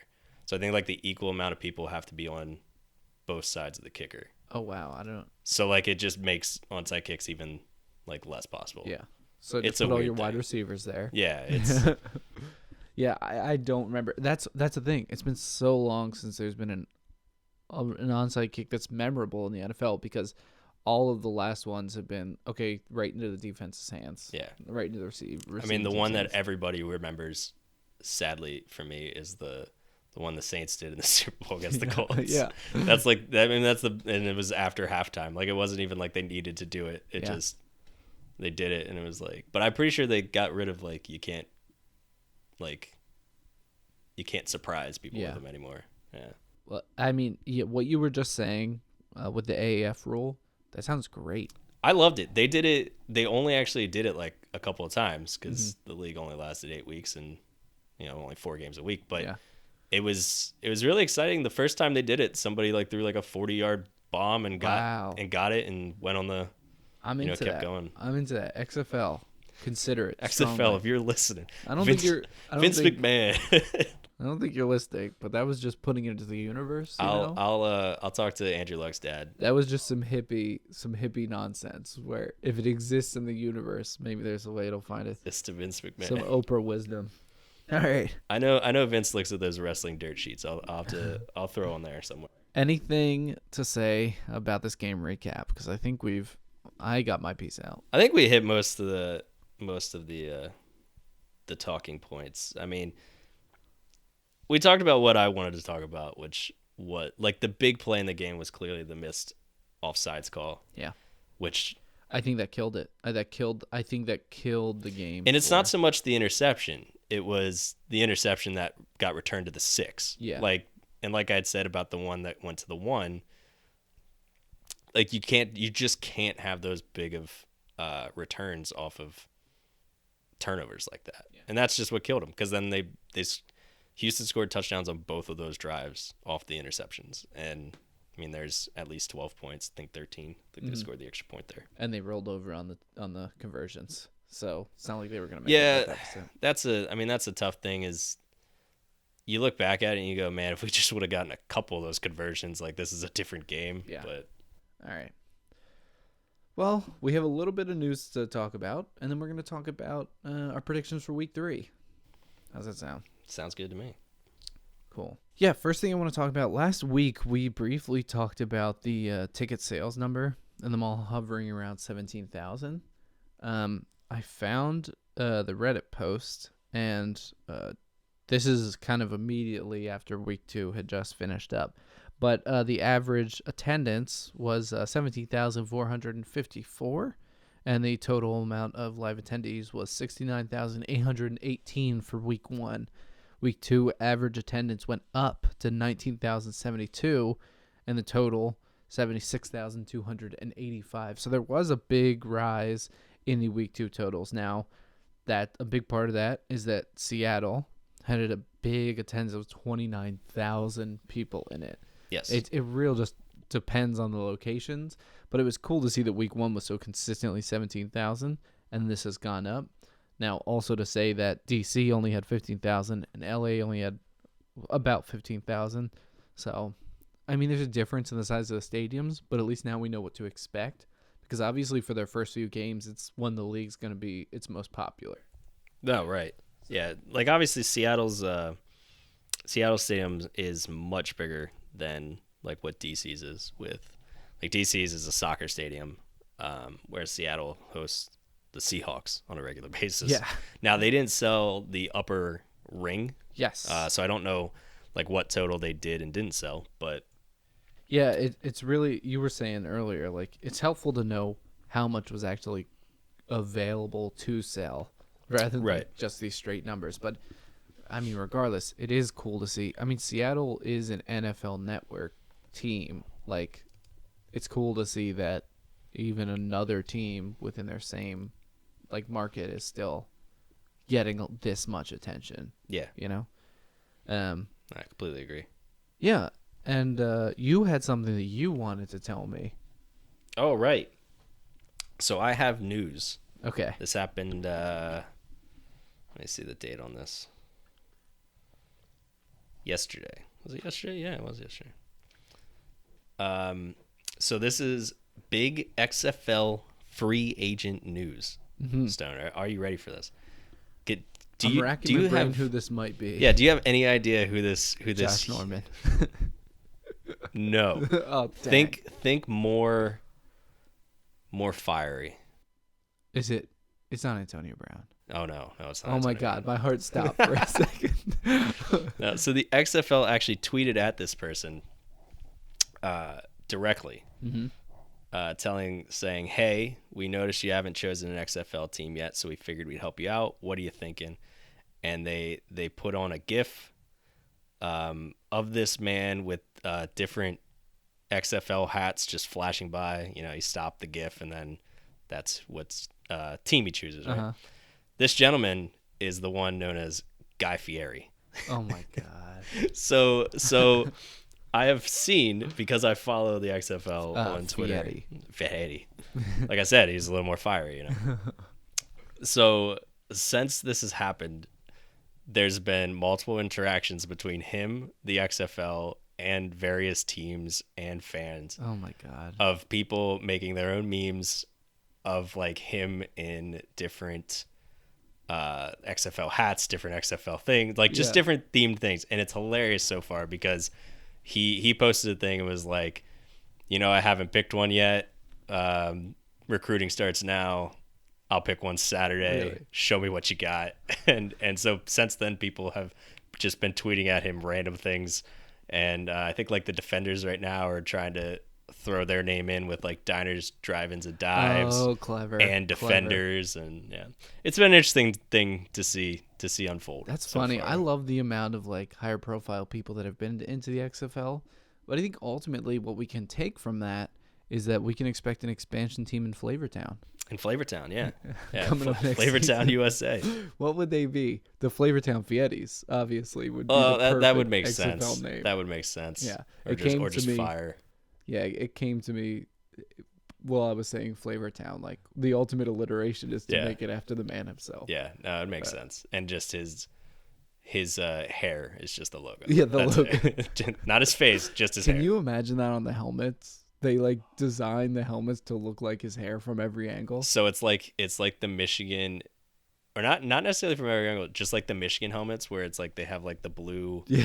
and then like the stripes, except it's just like the front of it is just his hair. Frosted tip. Yeah, just Yeah. frosted tips, and then the rest is like some other color. Can you, like, they sell hats that makes it look like when you wear it backwards, it makes it look like you have frosted tips. Or you could have like you could. This is just free, free advice, XFL. Yeah. You could make God, can't even think what they're called. Hats that don't have the Visors. visors. Thank you. Yeah. So you can make visors With fake Fieri with hair. fake Fieri hair, and then that way it's just like I've got, Yeah. this is me. This is all me. So think about that. If you want to make an expansion team in Flavortown, that's the way to go. Actually, that leads us to the third and final thing we had.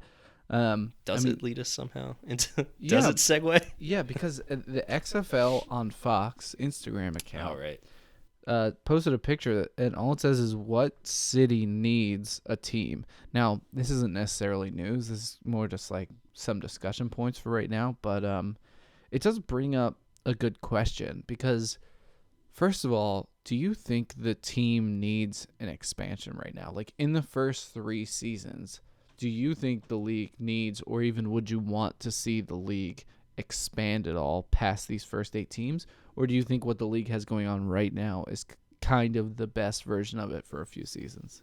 I'd say it's too early to tell one way or another. The thing is like you're gonna see, like you see the product as it is now, and you look at it and go, okay, are all of these teams good?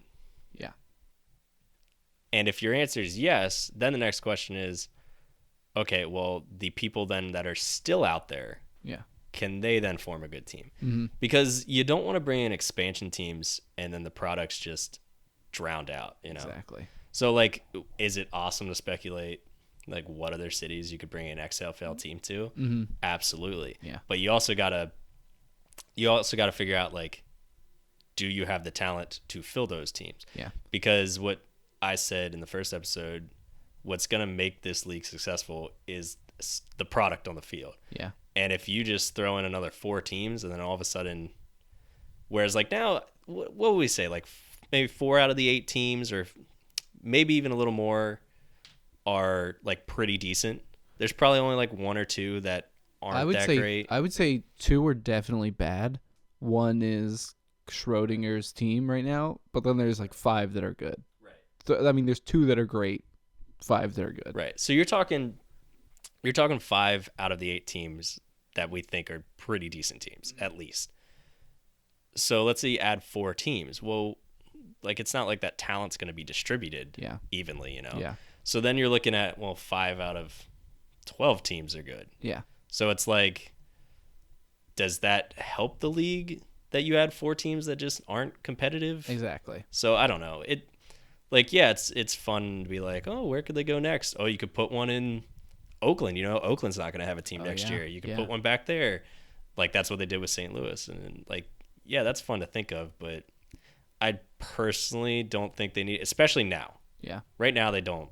Like I'd say first 3 years that they have this plan, stick to the plan. Yeah. Like you don't need, and I don't think that they would like stray away from the plan whatsoever. Mm-hmm.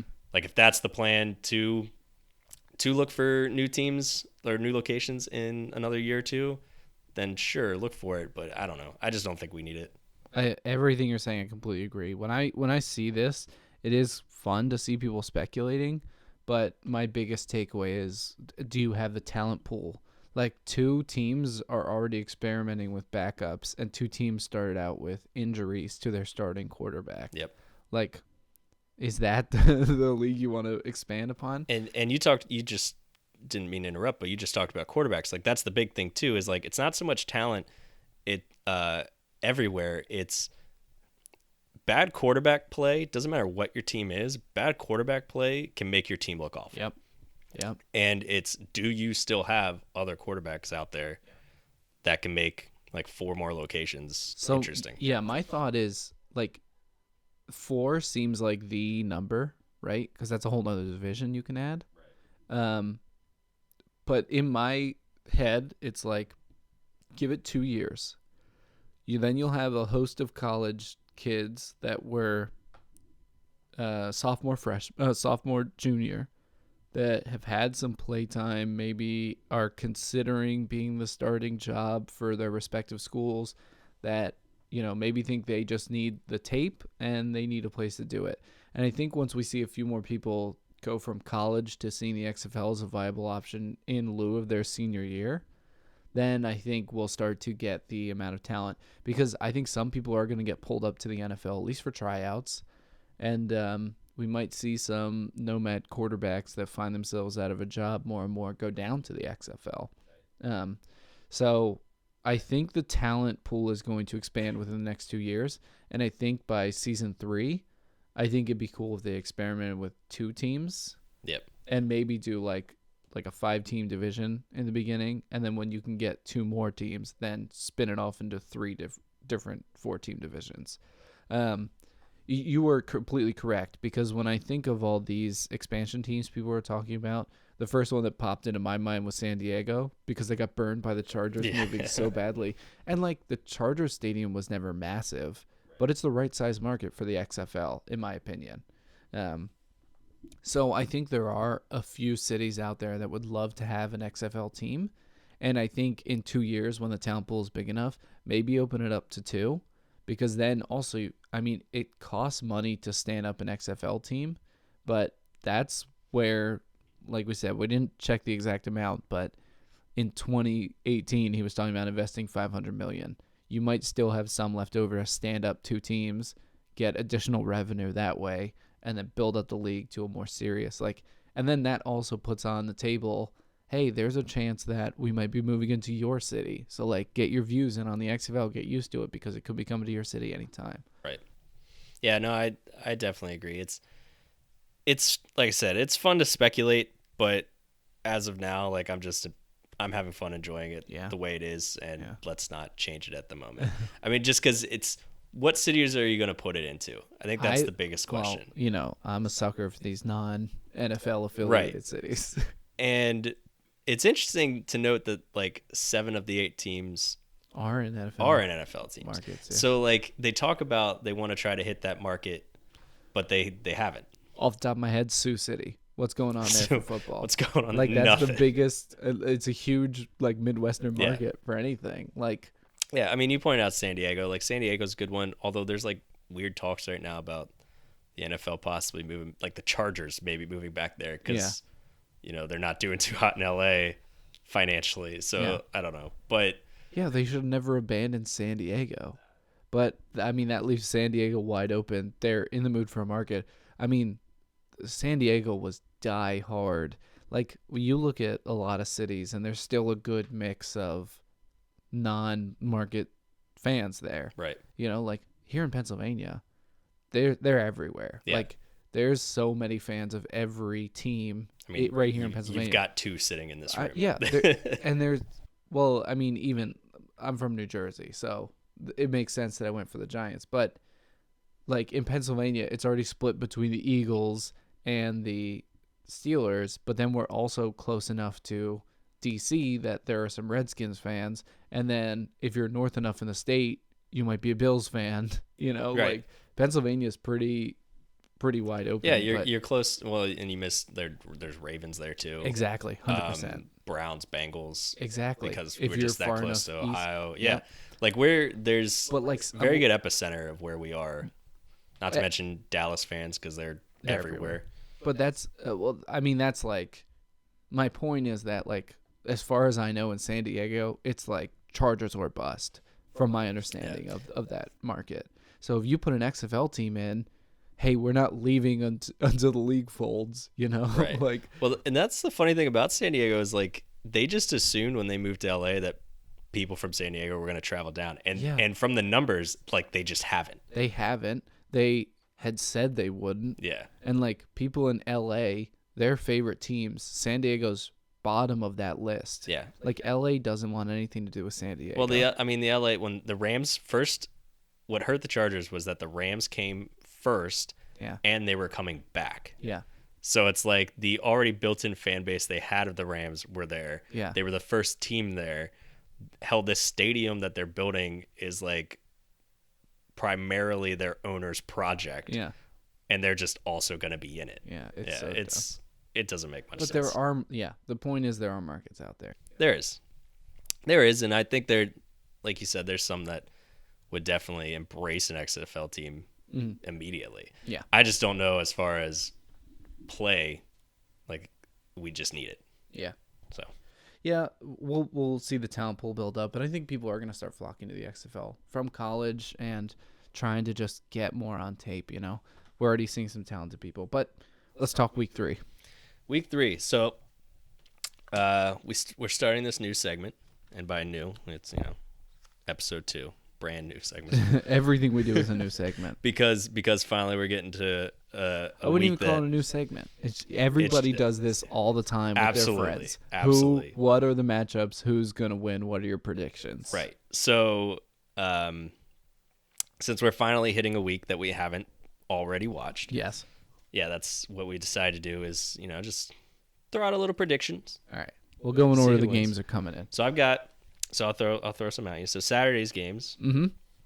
The first one, I've got Houston. It's Houston. We know. Let me finish.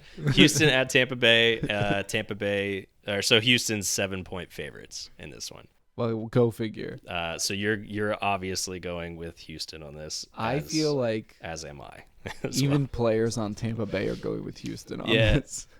There's just one interesting stat I want to throw out there. Okay, I'm listening. It is that Houston has scored the most touchdowns in this league, and Tampa Bay has scored the least touchdowns in this league. Okay, I thought you said it was.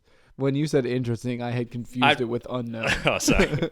But Tampa Bay hasn't scored a touchdown, period. And they've only kicked field goals. That's how that works. And we just saw PJ Walker walk all over St. Louis, and he looks crazy. He looks good. Now Phillips looks really good. This is Tampa Bay's first home game. Okay, that's also worth noting. That is worth noting. Maybe they'll play a little harder at home. No, I think it'll be a little closer than what we expect. I think I'm expecting a blowout, so anything is closer. Right. I think Tampa Bay's. I still don't think they're good, but I think this is like a classic NFL game where it's like, oh, this team's gonna run over that team. This is like the Steelers, where they only lose to bad teams. Right. Yeah. Yeah, and Houston's only played. Never mind. I was like they played LA the first time. I was like, I thought they were playing somebody else. But it was kind of close with LA for the beginning of the game. The beginning of the game, yeah. LA had a backup quarterback in that. Yeah. All right, let's move on. All right, game 2 on Saturday. We got Dallas at Seattle, and Dallas is 4-point favorites at the moment. So I think this is going to be the most exciting game, personally. I'm really looking forward to it, but I'm going with the favorites, Dallas. I mean, the way we watched them play in week 1, they looked really good. I mean, it's Dallas. It's Dallas. Yeah, I went with Dallas as well. I just haven't seen anything from Seattle that's made me think like they're a real contender yet. We referenced 2 very bad teams. One was Tampa Bay. Is yours also Seattle? Or who's your second team that's really bad? Oh, yeah. Tampa Bay and Seattle. Yeah, so they're 1-1. Their one win was against Tampa Bay last week. Now, they played DC fine, which I, for some reason, forgot about just because it was the first game, and it just, even though it's only been 8 games, it feels like it was so long ago already. That's true. But I just don't think they're good. Their quarterback's that Brandon Silvers. I've actually never heard of this guy before he came in, and like I just don't know who he is, and he has not impressed me whatsoever. But yeah, I went Dallas in this one. Landry Jones is back. He played pretty well last week. I think we're gonna see Seattle come alive a little bit.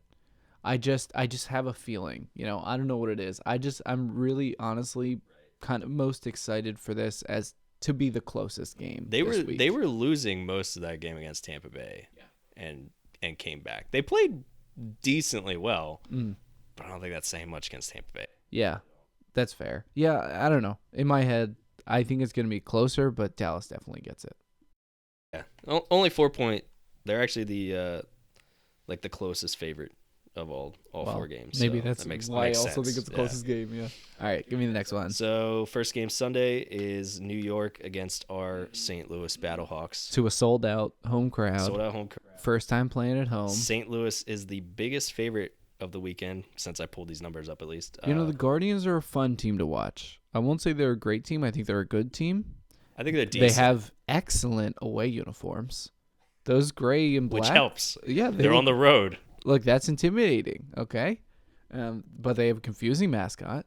You tell me it's a gargoyle, but I still see a sphinx, or maybe, like in the Mighty Morphin Power Rangers, like the original one, when they have like the medallions they use to transform into the Power Rangers. Is this deaf ears? Or you? No, I don't know what you're saying. It looks like one of those medallions. Like the Black Ranger has a saber tooth. That's what it looks like. I can see to that. me. And it's already black, but yes. It might fall on some deaf ears depending on who's listening to this. Yeah, for sure. No, I think it's St. Louis. I think it's St. Louis by a lot, and I know that's my bias showing. So I watched all of New York's game last week against DC, and the most exciting thing that happened for them the entire game, and Twitter was their uniforms. No, it was not. And Twitter and the entire world can confirm was Matt McGloin. Yep. Just totally. Yep. Every interception he was throwing, they kept talking to him. Now, he put out an interesting thing. Like, he got a lot of backlash for how he was clearly visibly upset and verbally upset with a lot of things that were happening. Figure. And he put out I don't remember where I saw this, and I don't know the direct quote, but it was essentially he was very confused why everybody was taking it the way he was, because he's like, this is what you guys wanted. This is what the XFL was about. Why are you surprised these things are being said? Exactly. And I totally agreed with that. I was like, yeah, if you get this type of access in a conversation with Tom Brady and Josh McDaniels or Belichick, what do you think's being said at times where the exact same things are happening? 100%. So 100%. With all that being said, I do not think he's a good quarterback. Oh, I thought you were going to say, I do not think St. Louis is going to win. No. I was like, no. Who are you? So although this might sound biased, we're both picking St. Louis, I've actually picked against them the first 2 weeks in that XFL app thing. You monster. Yeah, no. You did not tell me this. This is Well, you knew the first week. You knew that first week. Because I told you. Because the Renegades were the highest. They were supposed to be. Yes, so I was remember that. Yeah. And I wasn't sure about our team. That's why I said if they won, I would buy a shirt, because Dallas was supposed to be the team. Yeah. But then the second week I also picked against them. I did not tell anybody about that because I got a lot of backlash after the first week about it. True betrayal. So I'm putting that out here on the waves. Right. But yeah, so I'm also going St. Louis. I think hopefully that they roll big in this one, just because I think New York's decent as a team, but if they're still starting Matt McGloin, which I haven't seen otherwise that he's not, he's not good. I mean, St. Louis' secondary isn't great and their tackling isn't great, but that's all stuff that can be fixed in practice. Yeah. Everything else is clicking. The receivers are clicking, the runners are clicking, the quarterback's on. I think being a good team isn't enough to beat St. Louis to me. Yeah. But all right, then that leaves DC and LA. Yep, DC, DC right now is 8-point favorites. Yeah. I've just never seen anything from LA yet that makes me think winner. You're going DC is what you're saying. So here DC had a great week 1 to watch. Yes. I was not able to catch their week 2, but I did catch LA's week 2. Nothing impressive to me. Right. I think it's DC by not a landslide, but there's some falling rocks. So I picked LA in this one. Yeah. Okay. So here's my reasoning. So if you look at the games, okay, and it's gonna sound like this is the most asinine reason to pick them, but if you look at the games, the only home team that is favored is St. Louis. Okay. We don't know how they are at home. Right. So far at 8 games, the home team has won 6 of them. Okay. So I'm going with a little bit of that is asinine. Right. I will confirm asinineness. Okay. I'm going with a little bit of all right, 3 road teams can't win in 1 week, right? Yeah. So that's part of it. I also think LA last week they played Dallas, who is, I think they're shaping up a little more. They looked a little better than they did the first week. But Josh Johnson, that was his first game back. He's pretty good. he's one of the only quarterbacks in this league that I think is like borderline should start for an NFL team. Start. Okay. Okay. Because he was with, I believe, is Washington most recently, or maybe Buffalo or something. But there was a couple injuries. I think he was with Washington when this happened. There was a couple injuries. Would you take him over Brissett? Would I take him over Brissett? No, I said a couple of teams in the Okay, NFL. I wanted to push this as far as I could. I mean, I'd take some people over Brissett though. Not in the XFL, but I'd actually take Ta'amu just because he's young. Genuinely consider. Just because he's like super. Not saying any of these guys are old, but like this is his first professional experience, and he's already showing a decent amount of promise. But Josh Johnson's pretty decent, and I think that was his first week back from being hurt. He gets a little bit more of a run this coming week. I think DC's gotten too much hype just from they won against Seattle, not like really handily, but it was a pretty close game. Yeah. And they ended up pulling away. They beat New York very badly, but I just don't think that McGloin's that good, and that factored into. There is also some residual, like it's DC, so I want them to lose instinctively. Right. The NFC East, right. city. So I won't be upset if they lose, but I don't see LA pulling out a win against them from what we've seen. I've got them winning. I think the LA Heat is gonna throw DC off. They've only played in DC the past 2 weeks. Yeah. They're cold. They can't go and play in hot places. That's the old Peyton Manning factor that I always hated. That's a big reach. I got to be honest. I hated every time somebody was like, Peyton Manning can't play outside of a dome. I was just like, he plays quarterback in an NFL team. It's like just because he's going to New England where it's like 30 inches of snow and they're like, he can't play there. It's like, yeah, nobody can play there. Okay. And that's so silly. And that happened exactly the same with the Falcons this year. Yeah. Remember they had 10 games in a dome and they're like, the Falcons season's going to be intense because they're in domes for 10 weeks. I was like, yeah, I just don't. Yeah, it's an advantage, but they're not winning because they're in domes. That stat happens to coincide with the dome thing. They play in a dome a lot. That's their home team. I think like there's definitely one thing to like practicing in the elements. Yep. Like I definitely do agree there, but just saying a team just physically cannot play football outside of their comfort zone is ridiculous to me. Yeah, the practice fields are outside. Right. Right. Yeah, I just don't get it. All right. That's our predictions. I'm sure that for this week in particular, those predictions are going to line up a lot with yours. Hopefully they get a little bit more exciting as the season goes on. Yeah, I sent you the text about doing this, and I was back in 2 minutes. You were back in 2 minutes. We're like, all right, figured him out. I was like, I know exactly who he's picking because it's exactly who I want to pick. Yeah, so. It's pretty much exactly. It's nice that we do differ on one of them. I think that's going to be exciting, and that's the game right after St. Louis, so we'll end up watching that together. That's the last one of the weekend. Yeah, so, all right. Well, hey, you guys go out and enjoy week 3. We will be back. Hopefully the setup in the room is going to be a little bit better, but we won't be back at our final configuration yet. But look forward to it. We look forward to hearing from you. Thanks for listening, guys. See you on Tuesday, post week 3. Let's hope with another St. Louis win. Go BattleHawks. Go BattleHawks.